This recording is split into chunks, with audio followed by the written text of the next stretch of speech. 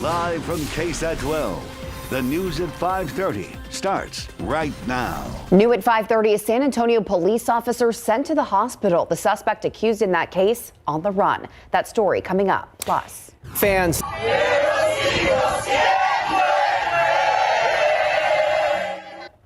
Fans not the only ones remembering popular Mexican singer Vicente Fernandez today. Country music star George Strait and a famous mariachi group here in San Antonio also taking a moment to remember the legend.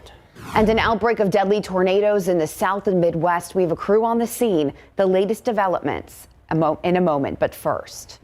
A family hoping you can crack the case in the murder of Jesus Cardenas. Someone shot him and killed him while he was riding his bike in the Tobin Hill neighborhood. Yeah, 8 months later, his killer remains on the run. His family returning to the scene of the crime to make sure no one forgets. Our John Paul Barajas is also there. And John Paul, you were able to speak with Cardenas' mother.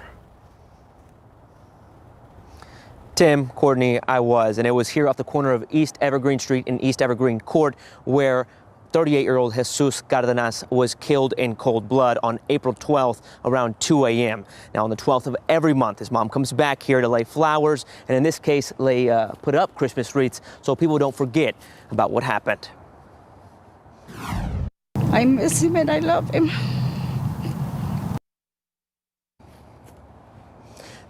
Diana Rios wants answers that at this point in time, SAPD don't have. They have surveillance video of a small light-colored SUV leaving the scene, but don't know who was in it or where it went. They believe someone in that SUV shot Cardenas as this time continues to pass. Cardenas' mom and aunt feel the investigation is being forgotten about. He wasn't homeless. He had a home with his mom. He knew he could come to stay with me anytime he wanted to. He lived with me in Austin for about 2 years. Cardenas' mom and aunt say they aren't losing hope of catching that person, but they will also be raising money for a reward so anyone with information can come forward. If you do have information that could lead to an arrest, you're encouraged to call 210-207-7635. John Paul Barajas, KSAT 12 News. Thank you, John Paul. New details tonight in an overnight death investigation. The victim killed in his car, now identified as 19-year-old Avery Jacob Flores. As Jonathan Cotto reports, the shooting took place this morning just before 1. Police searched the crime scene in the 200 block of Briggs early Sunday morning, trying to find clues about the victim and the person who shot and killed him. Just before 1 o'clock, people heard the sound of gunfire, then reported to police someone had been shot. SAPD quickly responded, and arriving officers found the victim dead inside his car, shot multiple times. Officers also finding several rounds of ammo, but police said they're still left searching for answers and a suspect. Investigators questioning neighbors hoping for something that will help them find the killer. Jonathan Cotto, KSAT 12 News. And the number of our homicide cases is rising. Last year, San Antonio police reported 128 total. In the first 8 months of this year, SAPD confirmed we stood at 94 cases. Right now, police are searching for a hit-and-run suspect who slammed into the back of a San Antonio police patrol unit. The officer inside that unit was in the process of pulling over another driver when he was struck from behind. Investigators say the SUV that hit the patrol unit was reddish in color. It all happened around 12:30 this morning near Loop 410 and Blanco Road. The officer taken to the hospital with minor injuries. Charges of failing to stop and render aid are expected if that suspect is caught. Also, a major crash overnight, sending 2 people to the hospital. Both of them are in critical condition tonight. Police say it all happened when a driver switched lanes in the 5000 block of I-10 just before 2:30 this morning. One driver hit another, causing that driver to hit another vehicle. Investigators say at this time there are no criminal charges for this crash, but the injuries were pretty serious. Some of them described as life-threatening. Now to the latest on those deadly tornadoes in the South and Midwest. The Kentucky governor saying at least 80 people have died in his state alone. ABC's Rena Roy is on the ground in Mayfield, Kentucky with the latest. Day 2 of desperate searching, crews racing against the clock to find potential survivors in the mountains of rubble across 8 states, where at least 34 reported tornadoes left a path of destruction. We have over 300 guardsmen that are active. They are out in our communities. The deadly storm system seen from miles away. It was coming right toward us, so I went and got in the basement with, my family and my pets and hunkered down there till it passed by. The small town of Mayfield, Kentucky, hit especially hard. These before and after images showing the widespread devastation. This candle factory completely destroyed. Dozens of workers still unaccounted for. Rescuers facing tough conditions as they sift through the debris for any sign of life. After we got out, we started pulling the rest of our team out. I found people, broken legs, pulling them out. Some were non-responsive. In Illinois, 6 people killed in the collapse of this Amazon facility. In Arkansas, at least 20 people trapped inside a nursing home. FEMA says one of the biggest issues right now is shelter. So many people left with nowhere to go. The Red Cross now stepping in to help, opening nearly a dozen shelters across the state. Rena Roy, ABC News, Mayfield, Kentucky. Still ahead on the news at 5:30, a rush to investigate fake vaccine cards after one woman dies. The case stemming from Paris, France, and what the U.S. is experiencing as we head to the holidays. Plus,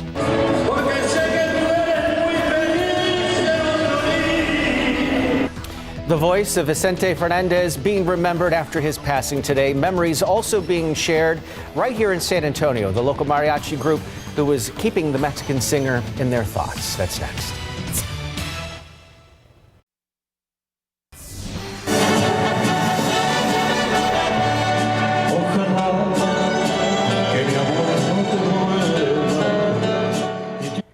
Legendary Mexican singer Vicente Fernandez passed away today at the age of 81. The ranchera star was in the hospital in Guadalajara. He had been in poor health after a fall back in August that led to surgery. Fernandez sold more than 65 million albums worldwide and won several Grammys.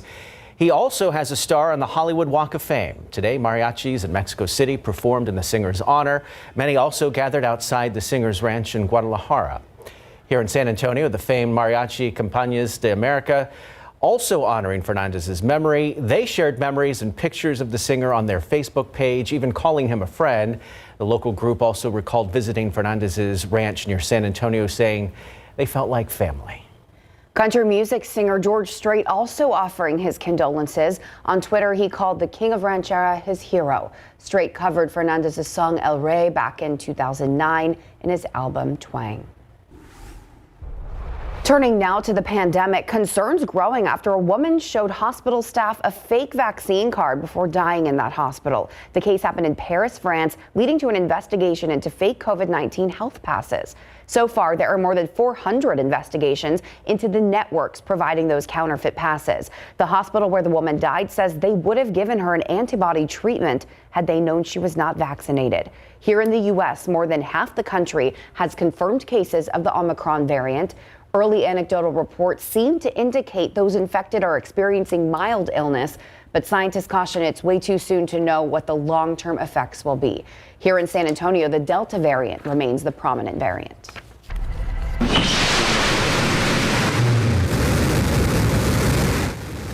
And in case you missed it, there was another milestone in the latest launch to space. Good Morning America's Michael Strahan among the crew on board the Blue Origin rocket as it took off from West Texas yesterday. The crew making it all the way to the edge of space before landing safely back on Earth just about 10 minutes after liftoff.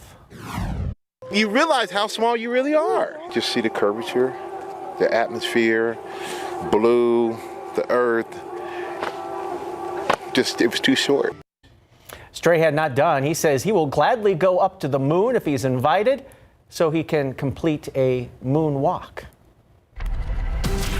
Don't know if that's like the backwards moonwalk or an actual moonwalk. Probably both. Probably both. Sure, he can dance. Yeah. I'm sure he would do a little dance up there. He's got some time to figure it out. Yeah. Do a little planning there. Hope you've had a wonderful weekend. It was cold this morning. I'll have your official morning lows for you coming up in just a couple minutes. We'll see who dropped down to freezing. this morning. And more changes are on the way. It was nice out there today. Things change quickly tomorrow, and this sets us up for a warm and muggy week. So I've got your work week forecast coming up shortly. First, the aquifer today is up 1 foot to 663 feet even, and a better looking pollen count today. Molds and mountain cedar are both low on this Sunday. We'll be right back. After blowing all over the place yesterday, we've calmed down a little bit today. Yeah, and it feels really nice for it to be chilly, not windy, but chilly, so you can go out and actually enjoy the season. Yes. And make some chili today as well. I made chili yesterday. Yeah? Well, my husband made chili. Oh, I did. I'll pretend. I did see your post. I'll pretend it was me. You had some. It was not me. You had jalapenos on it, right? I did. Yes, jalapenos, cheese, onion, the whole thing. Beans or no beans? No beans. He's a native Texan. That would never happen. That's how you know he made it. We'll save that debate for another day. I was going to say, y'all argue about that. I'm the beans and the chili girl. Sorry. Y'all argue about that while I do the forecast, okay. And then maybe we can circle back in just a little bit. Yeah, nice and cold this morning. Definitely hot coffee or hot chocolate weather to start the day. We did not get down to freezing here in San Antonio. 34 at the airport, but there was a hard freeze across a portion of the hill country. The low in Kerrville was 24, also 24 in Fredericksburg, 30 in Hondo. So in Medina County there, Uvalde County, you guys did see a freeze overnight. High temperatures today into the 60s. So we rebounded really nicely this afternoon thanks to some drier air in place, and it was just beautiful out there today. Will not be lasting much longer, so soak in these next few hours here, because even tomorrow we start to pull back in a lot of clouds and some higher humidity, and that sets us up for a warm and muggy week. We'll see our afternoon highs eventually get back into the upper 70s by the middle of this week. A lot of clouds in the week ahead, and also some low-end rain chances. Morning fog and drizzle, the whole shebang, kind of just damp and humid for much of the week. Things change though next weekend with our next strong cold front, and we'll touch on the latest data for that coming up shortly. 58 now, mostly clear skies. We've got a few high thin clouds, but for the most part clear out there. Humidity is low and our winds are light, but you saw that wind direction already starting to move around to the southeast, so that will start to pull back in the humidity really during the day. Tomorrow, by this time tomorrow evening, it is going to feel much more humid out there, unfortunately. So your forecast for tonight, if you've got any errands to run this evening before the start of the new week, quiet, grab a light sweater or a light jacket because it'll get chilly pretty quickly. So we're at 58 now. We've got some low 60s. Our dew points are very low. For a lot of us, they're in the 20s, but I want you to watch how they rebound during the day tomorrow. So by this time tomorrow, we'll likely see our dew points 20, 30 degrees higher than where they are right now. And that means by tomorrow night into Tuesday morning, we're socked back into the humidity, and that will set us up for morning fog and drizzle beginning on Tuesday. Tomorrow, along with the increase in humidity, we're also going to see a big surge of cloud cover during the day tomorrow, and there could even be a few little sprinkles here or there as this cloud deck builds in on Monday. So a big return in cloud cover, and also a big return in our humidity as we head into the day tomorrow. So a noticeable change tomorrow from what we saw today. An afternoon high around 63, but with the return of the humidity, some fog and drizzle is likely late tomorrow into early on Tuesday. I want to quickly touch on our next cold front, which is expected for the start of next weekend, but a couple things to watch here: the front itself, and then some rain-making energy that will be moving in behind it. So this is going to prolong potentially our rain chances as we get into next week. And it also looks like it could be pretty chilly next weekend as well. So more chilly weather, more chilly making weather. Beans or no beans? Beans, whatever you like. All right, Greg, good thing for the Cowboys. Ugly wins count the same as good wins. You know what? That was a nail biter for absolutely no reason at all. They should have just run out the clock. Instead, Dak Prescott throws an interception. We got ourselves a ball game in that fourth quarter. Now, can the Spurs bounce back from their disastrous game against Denver coming up? Pro football coverage, powered by Davis Law Firm. The rivalry between the Dallas Cowboys and the Washington football team got a little hotter after the Cowboys decided to have heated benches with their logo shipped to FedEx Field from a supplier in Cleveland after the Seahawks told them that one supplied by Washington kept going out. This comes after Mike McCarthy proclaimed they were going to win this game. Cowboys up 3-0 early, and they're on the Washington 7-yard line where Dak Prescott fires to Amari Cooper in the end zone for the touchdown. They go for two, and they get it to make it 11-0 lead. The defense making big plays, too. Micah Parsons with the sack fumble on Taylor Heineke Dorrance Armstrong scoops it up and is taking it back 37 yards for the touchdown. 18-0 Cowboys after one. They add a pair of field goals in the second. It's 24-0 lead at intermission. Washington gets on the board in the third. Heineke rolling out, heaves a pass downfield to Cam Sims, who leaves over Trayvon Diggs in the end zone. This is a 43-yard touchdown. They go for two. They get that to get the Dallas lead to 16. Next Washington possession, running back Antonio Gibson catches a pass out of the backfield, but Jordan Lewis delivers a hit that knocks the ball loose. It's a fumble, and Lewis falls on it. That will lead to a Cowboys field goal, 27-8. Cowboys going to the fourth. After a 1-yard touchdown from Washington to cut the Dallas lead to 14, all the Cowboys have to do is chew up some clock and not turn the ball over. But Prescott doesn't see linebacker Cole Holcomb underneath. Holcomb picks off this pass and is racing it back 31 yards to make it a one-score game. The Washington football team gets the ball back after 3 and out by Dallas. You can feel the game slipping away, but here comes the defense to the rescue. Randy Gregory chases down Kyle Allen for the sack and fumble. Jaron Kearse falls on it. Cowboys ball. The Cowboys run out the clock, and they get the 27-20 win. Good team win. Obviously, we've got to do a better job of finishing on offense, but credit to our defense. Two turnovers that I had, they got the ball right back, and that's what all I can ask for. That's all you can ask for is an offense. But as you said, got going pretty early, got a good lead, but then we've got to be able to finish it off and not let them back in the game. Every division game is important. I mean, it's important that we go one at a time. Considering we got so many division games left to finish the year out. So this was a big one, and we got a big one next week to go 2-0. So we got to start focusing on that. I thought the first half was, it was played very well. So, we had to giveaways and, and they made the big plays in the second half to get back into it. And, but at the end of the day, I think this is a clear reflection of what division games are usually like. So you take a lot of confidence. There's a lot of great experience and things that we'll continue to improve on and learn from this contest today. All right, beautiful day here in San Antonio and in Houston, where they opened up the roof at NRG Stadium for the Texans and Seahawks game.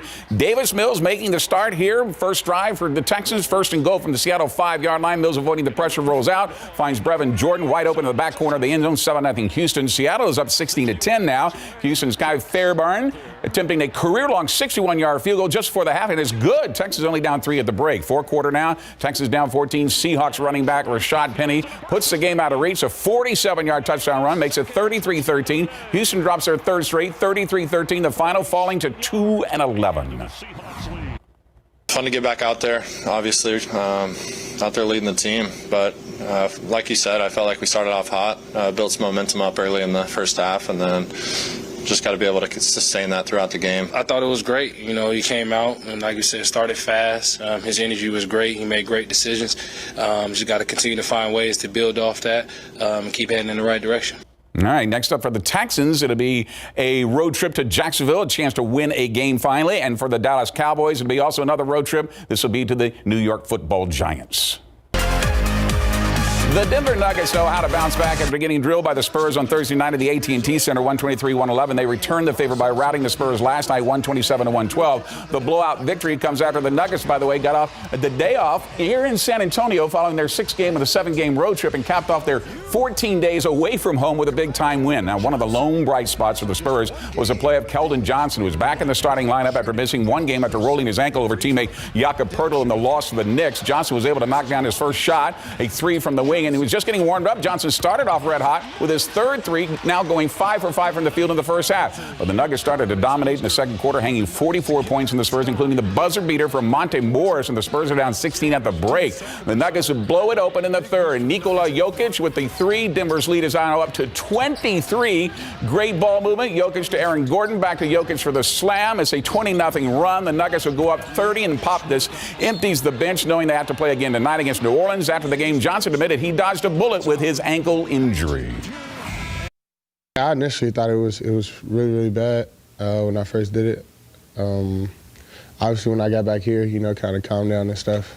It wasn't as bad as, I thought. I mean, luckily I had my ankles taped, and a few other things went my way. So, I'm just blessed and glad I'm able to come back and play with my team. And hopefully you'll have a good game tonight because they're about to tip off as we speak against New Orleans. By the way, the worst team in the West. Don't make it a trap game. Make it a rebound game for the Spurs. Be nice to see them get a win. Thank you, Greg. We'll be right back.